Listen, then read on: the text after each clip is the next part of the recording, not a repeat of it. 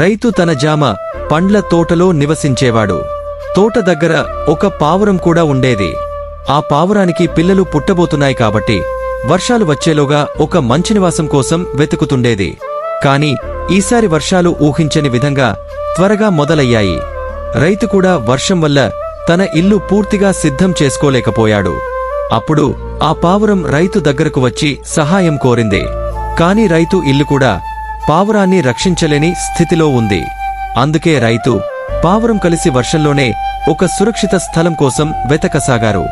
అప్పుడు పావురం పొట్టనొప్పితో ఇక ముందుకు నడవలేని స్థితిలోకి వచ్చింది.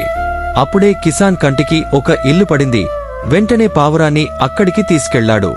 వర్షం ఆగలేని విధంగా కురుస్తూనే ఉంది. ఆ రాత్రే పావురం గుడ్లు పెట్టింది.